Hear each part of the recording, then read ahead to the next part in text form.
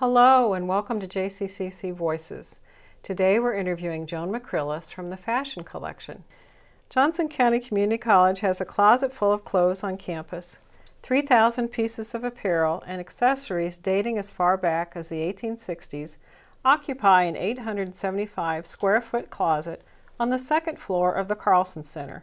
Here to show us the collection and explain how it's used to educate students is Joan McCrillis, Professor and Chair of the Fashion Merchandising and Design Program at JCCC. Welcome, Joan. Thank you. Joan, can you tell us a little bit about this collection? I'd be happy to.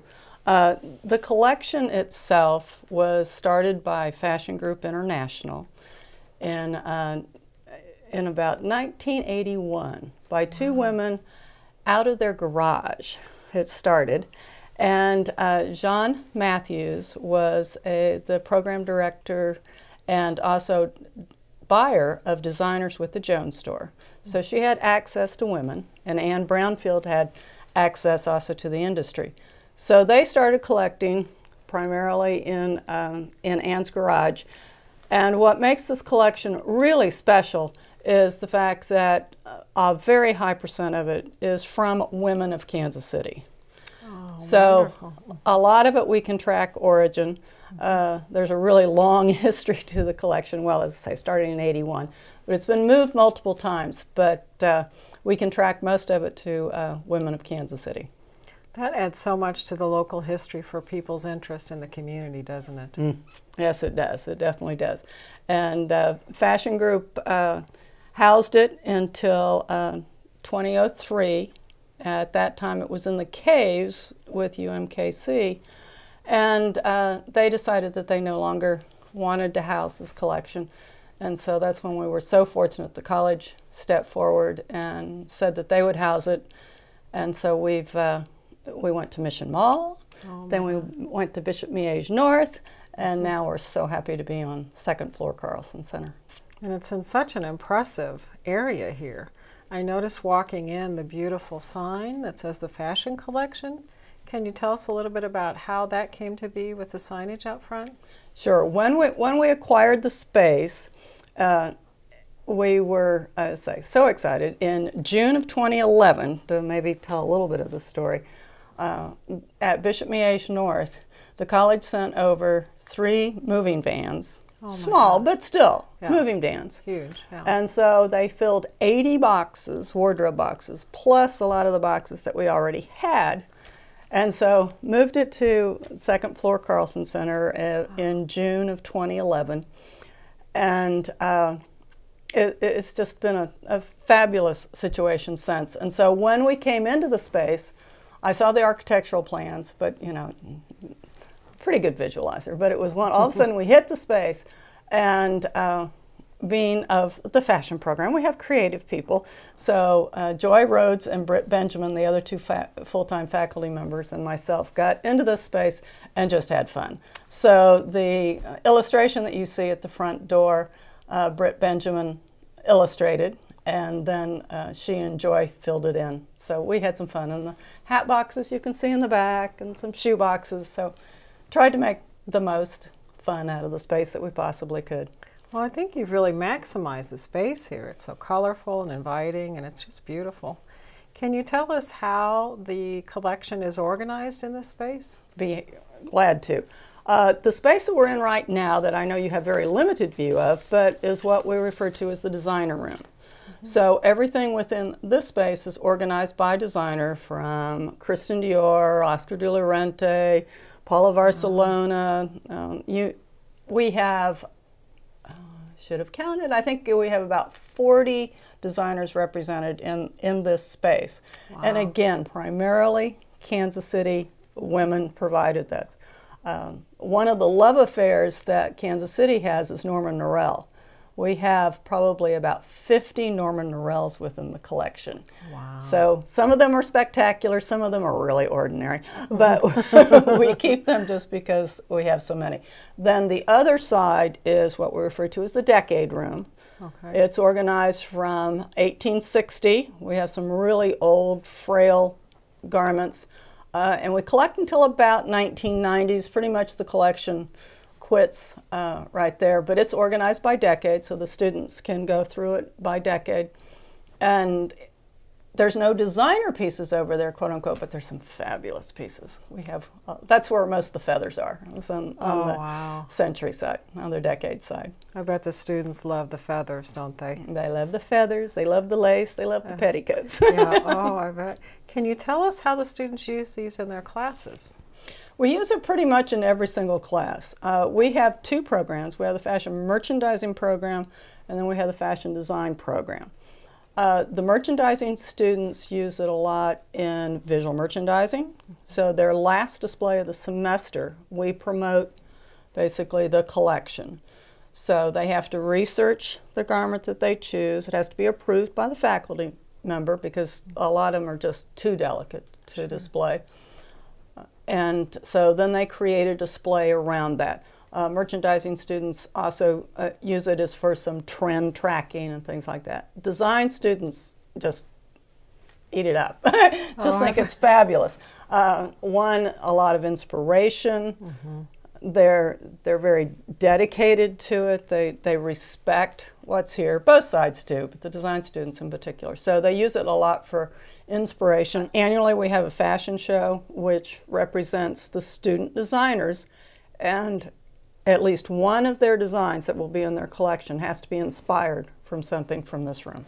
So Joan, when is the fashion show? The fashion show is an annual celebration of student work. So it's all done by student designers. It will be during spring semester. It varies exactly what time because of the availability of space at Johnson County Community College. We've been doing it in the Polsky Center. We do two shows. We do a noon and 7 p.m. show. It's on a Friday. Attendance has been fabulous. Students, particularly the noon show, is primarily high school students. Wichita, Kansas has been coming for multiple years. They bring one or two buses up. And so it's an opportunity for lots of people to see Johnson County Community College as well as enjoying the talents that our students will display. Within each collection of the students that are going to be graduating, at least one of their designs needed to come from an inspiration that they acquired from one of the designs that they were able to choose here in the collection. Oh, how interesting. And I hear it sells out. It often does. We do sell the tickets through the box office and would welcome everyone in attendance. Oh, it sounds like fun. And are there some favorites that you have of the collection that you particularly like? There are tons of favorites, but I have pulled a few that I thought maybe I'd share with you, and so we'll do that if you're ready to. I'd love to see them.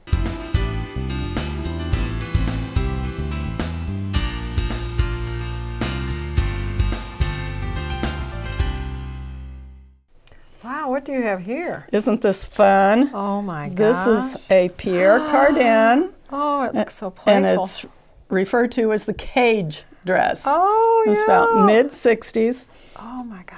I will let you feel how heavy this is. Oh my Lord, what's the fabric on that? Well, it's a wool. It feels and we often don't give credit to the 60s of some of the quality of work, but the designer workmanship is absolutely fabulous. But this one is just fun. And I might make a point, because yes, I do have my white gloves on.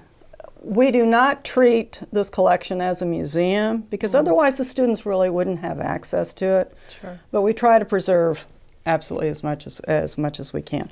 But this is a Pierre Cardin, so as I say, from the 60s, a very so fun. Just fun, and it's in great shape, so we have modeled it before. Oh, wow. So we feel fortunate to be able to do that. That would be fun to dance in.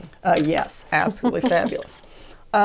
You asked about how students use the collection. Yes. One of the things certainly is for construction techniques. This is an Irene, and Irene designed for Hollywood during the 40s and the 50s. But if they can see the minoring here of the fabrics, oh, wow. This is extremely high quality construction. and something that would be hard-pressed to find. Yes. Well, you'd be definitely paying for it to find this type of workmanship. And then I'll also let them try to see the back, where again, gorgeous. you can see the matching of all the lines, everything matches, everything minors together. So a student in a more advanced apparel construction class would certainly see this as, wow. Yeah, inspirational, huh? Inspirational and just very, very high quality. And it is a suit, so it does also have the skirting. But again, very fortunate to have it in such great condition. Beautiful. What would the age be on that one, you think? This is probably, this is in a mid-40s, late 40s probably. Yeah. That's lovely. But she did some beautiful work for Hollywood and alike. And then definitely one of our very favorites. This is a Christian Dior Paris. Wow. So how it got to Kansas City, the story is still unknown. Yeah. But it's a fabulous piece. This is from 1947. When I started working with the collection, I kept looking at it thinking, oh my gosh, that has to be the new look, Dior's new look. Yeah. Well, they hide labels.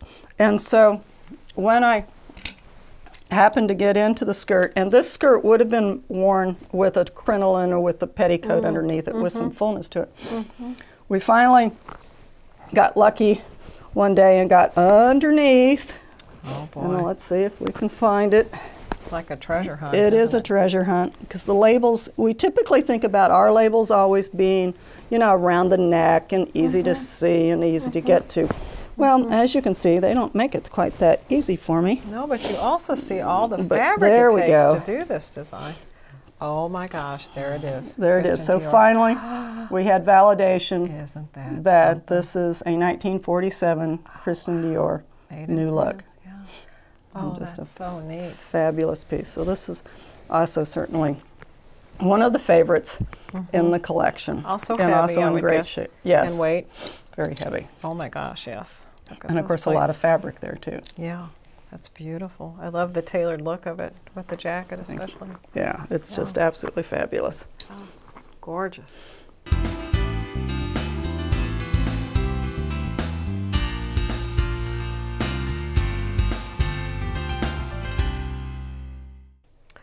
Oh my gosh, what is this? Isn't this just a treasure? Oh, yes. This would be probably a turn of the century. It's harder to date accessories, but it is a parasol that women would have carried to shade themselves from the sun.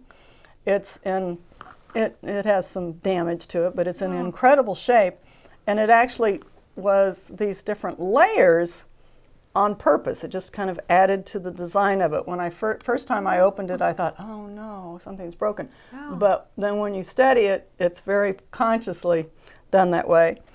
And the handle is absolutely fabulous also. Oh, that's beautiful. And this was added as kind of a garnish there? Probably, yeah, just kind of an extra little touch that have. So we do have a lot of accessories also within the collection.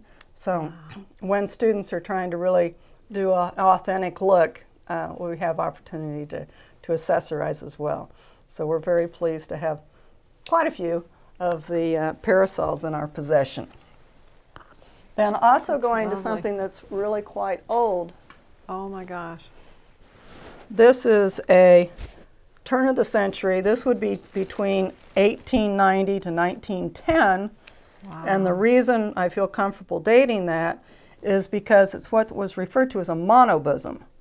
So the women were to look like their chest was of one part instead of two parts. I see, yes. So it was a monobosom.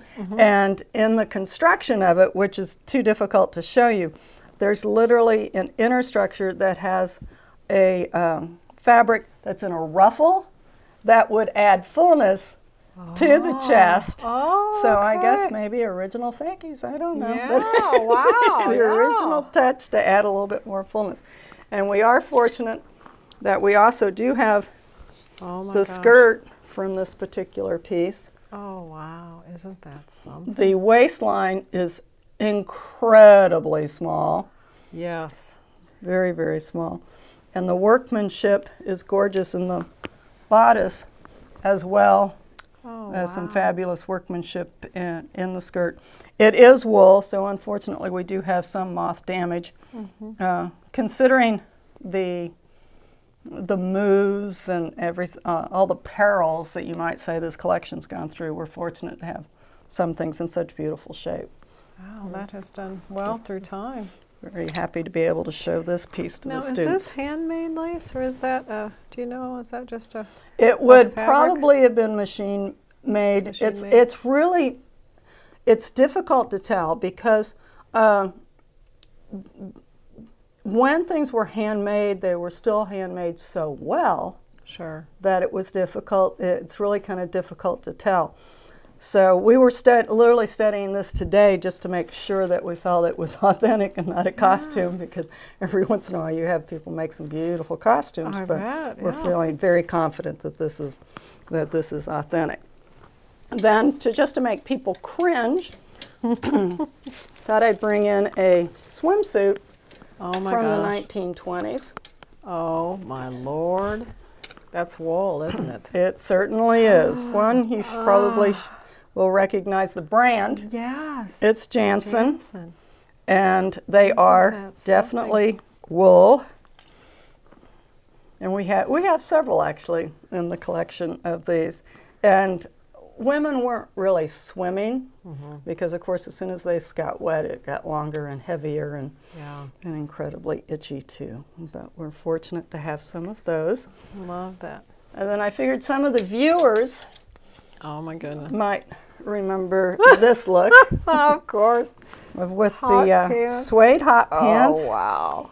And when the erogenous zone was definitely the thigh. Yes. Oh, that is cool. Very, very small. Oh, wow. Yes, I remember those. So we are so fortunate as a program to have this collection as a true asset to the educational process. Well, it's such an incredible collection. You think about all the stories these clothes could tell. If they could talk. I would love to know what happened in that one. That must have been a fun time.